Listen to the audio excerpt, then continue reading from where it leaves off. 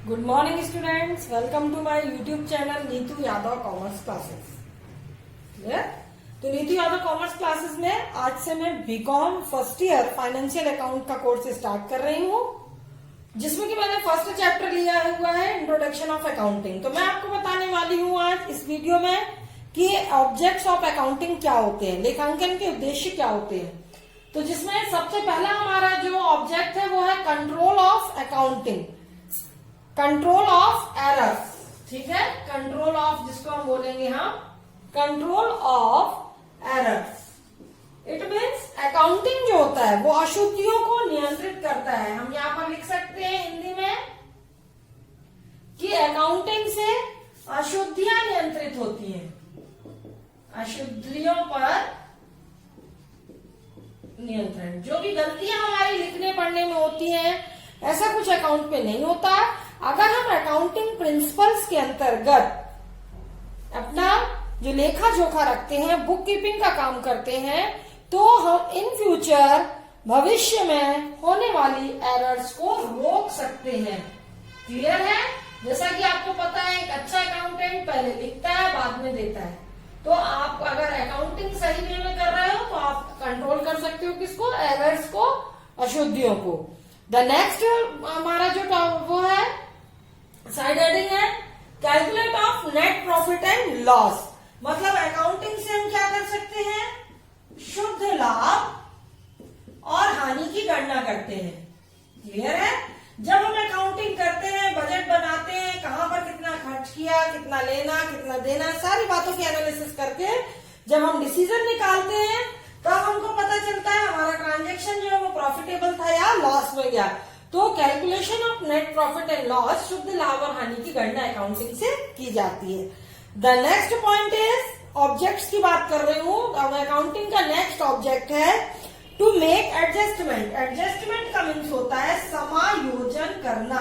जो चीजें छूट गई हैं, जो हम नहीं लिख पाए हैं, तो उनको हम एडजस्टमेंट कर सकते हैं अकाउंटिंग में। क्लियर है? बुक कीपिंग जो होती है वहां पर हम बुक कीपिंग में सिर्फ एक रिकॉर्ड मेंटेन करते हैं अपने मॉनेटरी ट्रांजेक्शन का। हमारे जो भी फाइनेंशियली ट्रांजेक्शन होते हैं उसका सिर्फ हम रिकॉर्ड मेंटेन करते हैं। पर अकाउंटिंग में यदि कुछ हमारा छूट गया है या हमको कुछ एक्स्ट्रा ऐड करना है तो हम उसका एडजस्टमेंट भी कर सकते हैं, उसको समायोजित भी कर सकते हैं। द नेक्स्ट इसका जो ऑब्जेक्ट है अकाउंट का वो है नॉलेज ऑफ फाइनेंशियल पोजीशन। यदि किसी की वित्तीय स्थिति जाननी हो, किसी की फाइनेंशियल कंडीशन जाननी हो, तो हम उसके अकाउंट देखकर उसकी फाइनेंशियल कंडीशन की जानकारी हमको आसानी से मिल सकती है। कि यदि किसी व्यक्ति, देखने में तो हम बोलते हैं ना सभी लोग एक जैसे दिखते हैं, ऐसे ही सभी कंपनियां एक सा वर्क करते हुए दिखती हैं, पर कौन सी कंपनी प्रॉफिट में जा रही है, कौन सी कंपनी लॉस में जा रही है, किस कंपनी में बहुत दिन तक कोई भी ग्रोथ नहीं की, कोई प्रोग्रेस नहीं की, तो ये सारी चीजें जब हम एनालिसिस करते हैं, विश्लेषण करते हैं, पता लगा लेते हैं, तभी हम कहीं पर अपना पैसा इन्वेस्ट करते हैं, है ना? तो एज ए इन्वेस्टर हमको यदि किसी की वित्तीय स्थिति जाननी होगी तो हम उसका फाइनेंशियल अकाउंट देखेंगे। यदि हम बात करते हैं कस्टमर की, तो कस्टमर भी किसी का अकाउंट देख के ये पता लगा सकता है कि अगर वो कंपनी बहुत ज्यादा प्रॉफिट पर अपना फोकस की हुई है, ठीक है ना, प्रॉफिट ओरिएंटल है, तो मालूम मतलब इसका कि वो कस्टमर को लॉस पहुंचा सकती है। और यदि कोई कंपनी का मेन मोटो जो है वो प्रॉफिट नहीं है बल्कि गुड सर्विसेज प्रोवाइड करना है, तो इट मीन्स वो कस्टमर के लिए बेनिफिशियल है। तो इस तरह से चाहे वो इन्वेस्टर हो, चाहे वो कस्टमर हो, चाहे वो ब्रोकर हो, चाहे वो उसकी कॉम्पिटिटिव कोई अदर कंपनियां हो या अदर बिजनेसमैन हो, सबके लिए यदि किसी की फाइनेंशियल कंडीशन को जानना है तो फाइनेंशियल अकाउंट से ये बहुत इजी हो जाता है।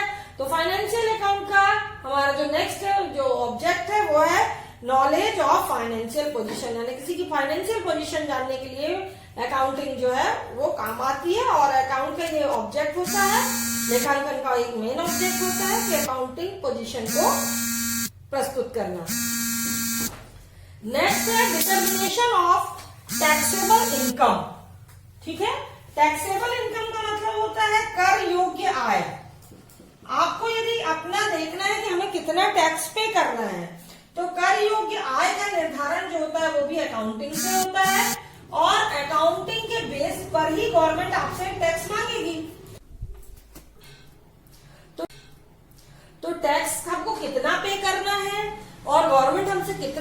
टैक्स ले, इसके लिए एक प्रूफ के रूप में हमारे जो फाइनेंशियल अकाउंट है वो काम आता है। इसलिए हम कह सकते हैं डिटर्मिनेशन ऑफ टैक्सेबल इनकम, कर योग्य आय का निर्धारण हम फाइनेंशियल अकाउंटिंग की एनालिसिस से कर सकते हैं। The next one is legal object. ठीक है, लीगल ऑब्जेक्ट का मतलब होता है वैधानिक उद्देश्य। जैसा कि मैंने बताया कि आप तो टैक्सेबल इनकम काउंट कर लोगे, पर ये टैक्सेबल इनकम गवर्नमेंट एक्सेप्ट करेगी या नहीं करेगी, ठीक है ना। तो उसके लिए आप लीगल ऑब्जेक्ट्स के लिए भी अकाउंटिंग को यूज कर सकते हैं। और इससे आप टैक्स अपना देख सकते हैं, कॉस्ट को कंट्रोल कर सकते हैं, कॉस्ट की एनालिसिस कर सकते हैं, आप अपने एम्प्लॉय को कितनी पेमेंट दे रहे हैं, कितना वेजेस दे रहे हैं, इसका एक प्रूफ दे सकते हैं कि भाई हमारी इनकम इतनी, हम इस हिसाब से इतना पे कर रहे हैं। तो इस तरह से बहुत सारे लीगल जो कंडीशंस हैं उनको फुलफिल कर देता है हमारा फाइनेंशियल अकाउंट, और बहुत सारी हमारी लीगल प्रॉब्लम्स भी सॉर्ट डाउन हो जाती है अकाउंटिंग से। यदि आपका अकाउंटिंग अच्छे से है, प्रिपेयर है, वेल मेंटेन है, तो आपको कोई भी वैधानिक परेशानियां या लीगल जो प्रॉब्लम्स है वो क्रिएट नहीं होंगी। तो अकाउंटिंग का मेन ऑब्जेक्ट है लीगल ऑब्जेक्ट्स यानी वैधानिक उद्देश्य को पूरा करना। To give information to related parties, जैसा कि मैंने आपके इसके पहले भी आपको इस वाले पॉइंट में बताया था, फाइनेंशियल पोजीशन वाले पॉइंट में सेम वही चीजें हम यहाँ बताना चाहेंगे। To give information of related party, यानी जो संबंधित पक्ष होंगे, जो पार्टीज होंगी, ठीक है ना, उनको ये अकाउंट जो है वो सूचना प्रदान करता है, इंफॉर्मेशन प्रदान करता है। जैसे मैंने अभी आपको बताया था कि हमारे इन्वेस्टर्स हो गए, हमारे ब्रोकर्स हो गए, हमारे बायर्स हो गए, परचेजर्स हो गए, इन सबको यदि हमारे बिजनेस की डिटेल चाहिए, बिजनेस से रिलेटेड इंफॉर्मेशन चाहिए, तो वो हमारे फाइनेंशियल अकाउंट को देख सकते हैं। फिर नेक्स्ट हमने बताया था बेसिस ऑफ ऑडिटिंग। ऑडिटिंग का मतलब, आपको ऑडिटिंग का मतलब पता है, अंकेक्षण होता है। अंकेक्षण का मतलब क्या होता है? खातों की जांच पड़ताल करना। तो जब आपको आपका ऑडिट कराना है, ठीक है ना, तो आपको इसके लिए फाइनेंशियल अकाउंट जो है वो बहुत ही कारगर साबित होगी। इस तरह हम कह सकते हैं कि अकाउंटिंग के जो मेन ऑब्जेक्ट होते हैं, पहला हमारा होता है कंट्रोल ऑफ एरर्स, अशुद्धियों पर नियंत्रण करना। नेक्स्ट है कैलकुलेशन ऑफ नेट प्रॉफिट और लॉस, शुद्ध लाभ और हानि की गणना करना। Next is to make adjustment, समायोजन करना। And next one is knowledge of financial position, किसी की वित्तीय स्थिति को जानना भी इसका ऑब्जेक्ट है।